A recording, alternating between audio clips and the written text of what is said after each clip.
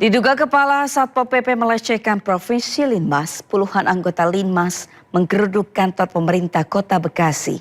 Peserta aksi meminta Kepala Satpol PP menarik pernyataannya dan meminta maaf kepada seluruh anggota Linmas.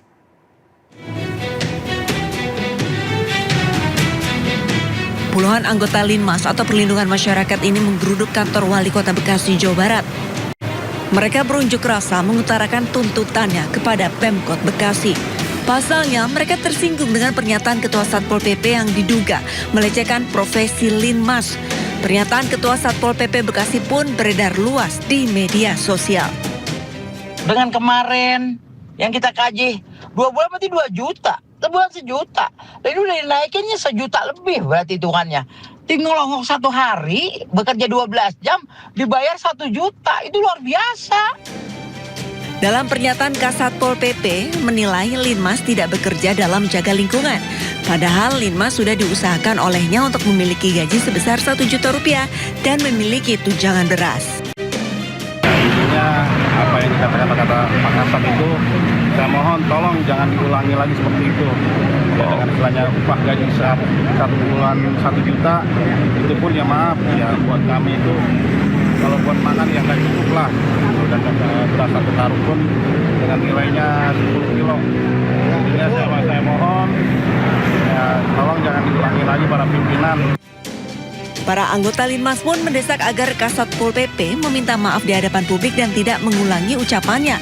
Peserta aksi pun meminta para pejabat lainnya menjaga ucapan mereka demi kondusivitas wilayah Kota Bekasi. Dari Bekasi, Jawa Barat, Rahmat Hidayat, iNews melaporkan.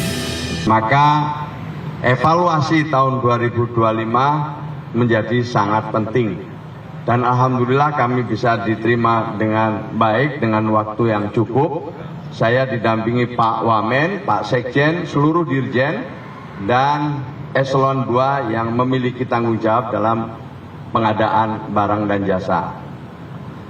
Yang kedua, kami berterima kasih kepada seluruh masyarakat, baik secara langsung maupun lewat media sosial, yang telah mengkritisi, yang telah juga memberikan saran kepada Kementerian Sosial.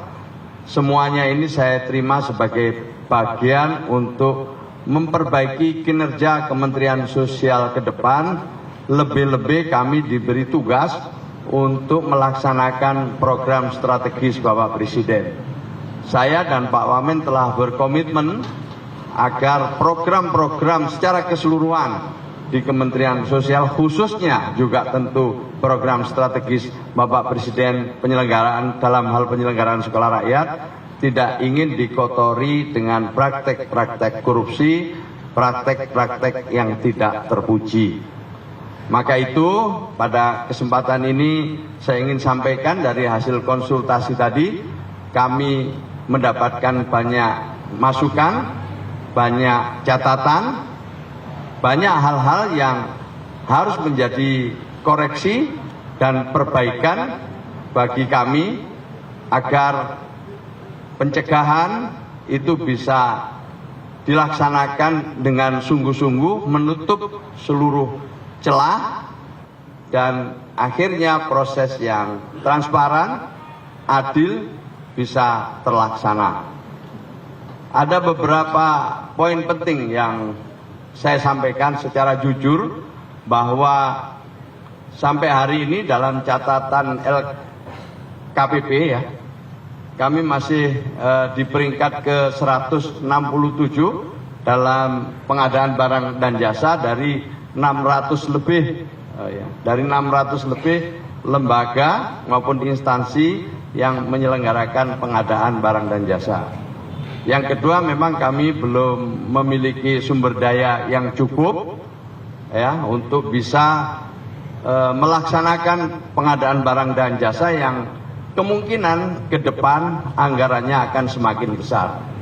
Mungkin untuk tahun lalu dan tahun sekarang kami masih bisa mengawal ini dengan komitmen tinggi, tetapi karena anggaran makin tahun makin meningkat dan peningkatannya bisa jadi makin tajam, untuk itu kami telah meminta nasihat tadi. Di antaranya adalah kami meminta apakah mungkin jika Kementerian Sosial dalam pengadaan barang dan jasa itu dilakukan oleh instansi lain lewat agen-agen pengadaan yang dimungkinkan oleh undang-undang. Nah, ini baru berupa semacam gagasan kami untuk minta nasihat dari KPK lebih lanjut. Yang terakhir, catatan kami sungguh-sungguh menunggu hasil evaluasi yang nanti akan dilakukan oleh KPK yang masih memerlukan beberapa waktu ke depan, dan hasil evaluasi, hasil monitoring yang dilakukan oleh KPK akan kami jadikan pedoman untuk untuk memperbaiki kinerja kami di masa yang akan datang. Ini saya kira yang ingin saya sampaikan. Selebihnya kami kembalikan kepada Pak Ibnu.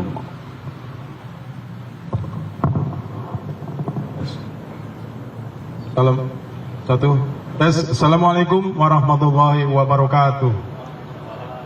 Rekan-rekan yang saya hormati, tadi dari KPK telah menerima Pak Menteri Sosial beserta jajarannya yang pada prinsipnya ini adalah koordinasi dalam arti untuk pencegahan. Hotman Paris mengundang keluarga korban pelecehan seksual untuk mendapat pembelaan hukum. Hotman juga siap membayar biaya perjalanan bagi korban yang mau datang ke Jakarta.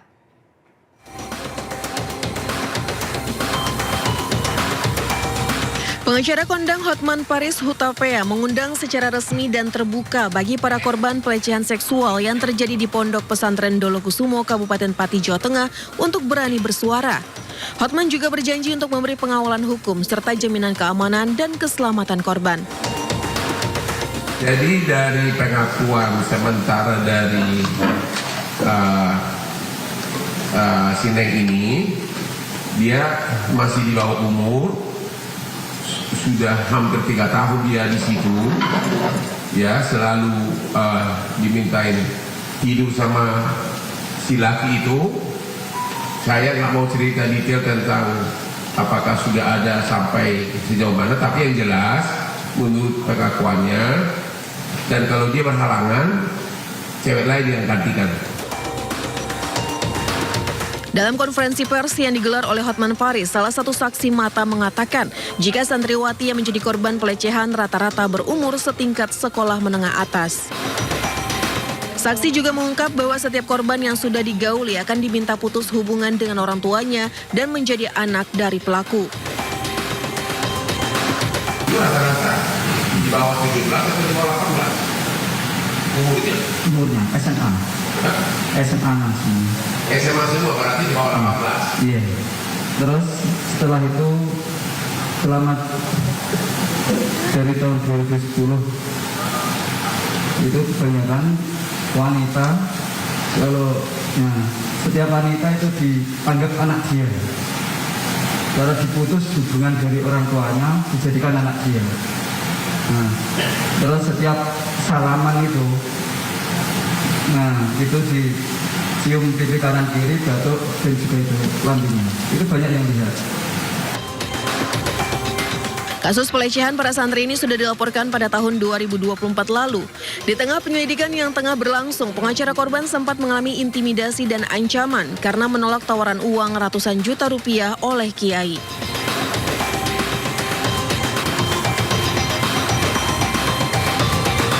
Intimidasi juga terjadi pada korban dan keluarganya. Salah satu ayah dari korban mengaku semenjak dirinya melaporkan pelaku ke pihak berwajib, keluarga pelaku kerap melakukan intimidasi dan ancaman. Di saat ada warganya meninggal karena tidak mampu membeli sepatu, Gubernur Kalimantan Timur Rudi Masud disorot bergaya hedon hingga terancam dicopot. 6 fraksi di DPRD setuju hak angket.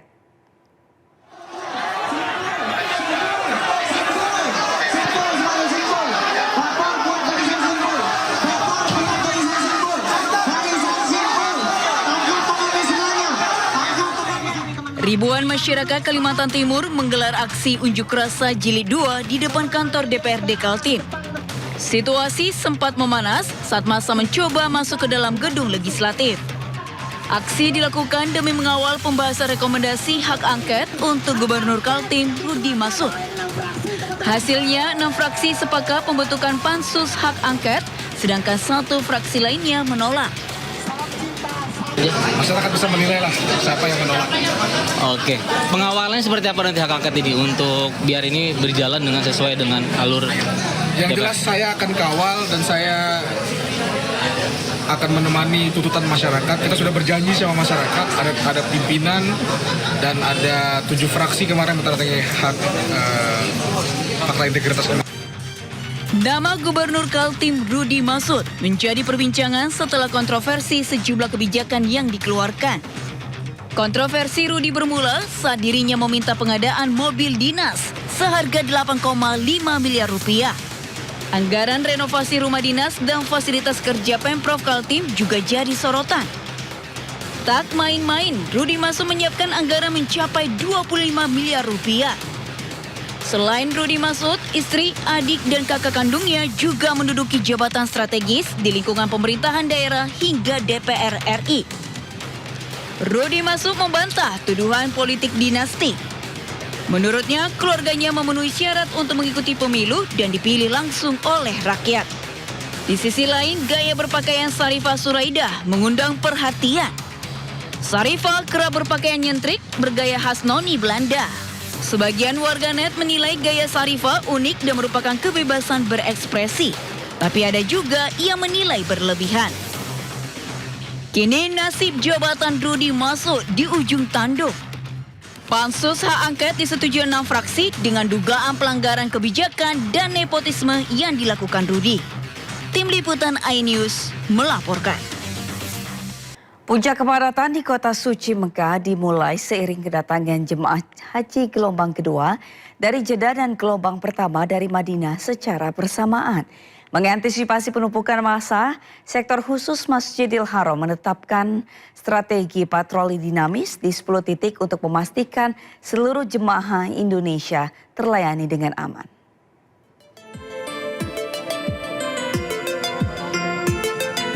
Kamis 7 Mei menjadi titik awal pergerakan jemaah calon haji gelombang kedua dari tanah air menuju Bandara King Abdul Aziz Jeddah. Para tamu awal ini mendarat dengan kondisi mengenakan kain ihram dan langsung mengambil mikot untuk bergerak menuju Mekah. Pada saat bersamaan, arus jemaah gelombang pertama dari Madinah juga terus mengalir masuk, membuat kepadatan di Masjidil Haram meningkat drastis. Merespon kondisi ini, petugas penyelenggara ibadah haji dari sektor khusus Masjidil Haram langsung mengaktifkan status siaga penuh dengan mengevaluasi seluruh standar operasional prosedur di lapangan. Pelayanan kita di Masjidil Haram ini kita laksanakan evaluasi, kita laksanakan perbaikan, kita laksanakan SOP yang ada dengan sebaik-baiknya, kekurangan demi kekurangan kita adakan perbaikan sehingga akan memberikan kesiapan kita dalam melayani jemaah haji yang nantinya kedatangan gelombang 2 ke Mekah, ke Masjidil Haram ini untuk melaksanakan ibadah sehingga kami bisa melaksanakan pelayanan kepada seluruh jemaah haji baik gelombang 1 yang sudah didorong dari kota Madinah dan gelombang 2 yang baru datang dari tanah air, Mas. Sektor khusus Masjidil Haram membagi kekuatan menjadi 10 pos penjagaan yang tersebar di titik-titik strategis. Namun, pergerakan petugas diwajibkan bersifat sangat dinamis, mengingat aparat keamanan Arab Saudi atau Askar melarang keras adanya kerumunan statis di area masjid. Melalui patroli dinamis ini, petugas lebih mudah menyisir dan menemukan jemaah yang kelelahan atau tersesat jauh dari rombongannya. Jemaah diimbau untuk tidak ragu meminta pertolongan kepada petugas Indonesia berseragam resmi yang terus bergerak mengawal mereka selama 24 jam non-stop. Dari Mekah, Arab Saudi, Ike Kusuma, iNews melaporkan. Pemirsa, pasangan suami istri penjual PY asal Purwokerto, Kabupaten Banyumas, Jawa Tengah membuktikan bahwa keterbatasan ekonomi bukan halangan untuk berhaji. Menabung Rp5.000 sehari selama bertahun-tahun, pasangan ini akhirnya berangkat haji pada tahun ini.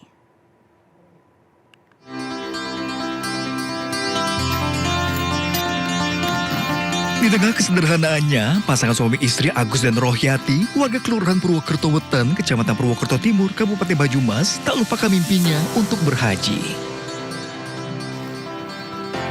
Perjuangan mereka dimulai sejak tahun 2011, menyisihkan Rp5.000 dari penghasilan berjual makanan ringan ke kantor-kantor. Mereka juga harus membiayai 3 anak yang masih sekolah, namun tekad untuk berangkat haji tak pernah surut. Hingga akhirnya ia belajar membuat peye dan mulai berjual di pasar untuk menambah penghasilan. Meski dalam jumlah kecil, sejak mendaftar haji pada tahun 2012, pasangan ini harus menunggu antrian 14 tahun. Sangat nabungnya sehari dulu 5.000-an lah. Kan daripada piknik kemana-mana gitu. Baiklah, Bapak kan nabung aja, nabung nanti buat ke itu aja. Haji gitu, ya. Memang udah niat dari dulu? Iya. Berapa tahun lalu? Ya ada 2011 lah. Mulai? Niatnya. Jadi 5.000 kita kumpulkan untuk membentuk, artinya ada suatu talangan di bank itu bahwa haji itu bisa dibantu lewat dana talangan. Kerja keras dan kesabaran akhirnya membuahkan hasil. Rencananya, Rohyati dan suami akan berangkat ke Tanah Suci pada 14 Mei tahun ini. Dari Banyumas, Jawa Tengah, Saladin Ayubi, iNews melaporkan. Ratusan warga menggeruduk kantor desa Gunung Giana, Banjarnegara, Jawa Tengah. Mereka menuntut seorang kepala dusun dipecat karena diduga mengunjungi rumah bidan tanpa izin.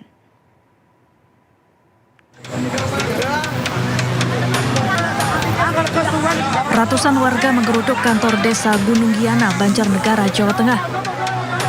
Mereka mendesak salah satu oknum perangkat desa, yaitu seorang kepala dusun, dipecat karena dinilai berbuat tidak pantas.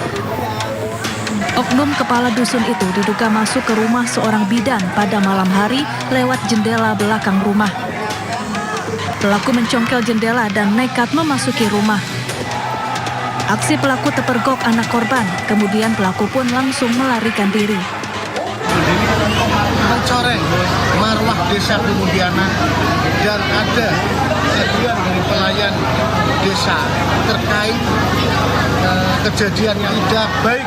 Interogasi dari Pak Kadus memang melaksanakan tindakan yang kurang terpuji, yaitu masuk rumah dinas Bu Bidan tidak tanpa izin dan tidak melalui pintu, alias loncat lewat jendela. Pelaku kemudian dimediasi dengan pengawalan ketat polisi. Dari Banjarnegara, Jawa Tengah, Nurdin Fauzi, iNews melaporkan.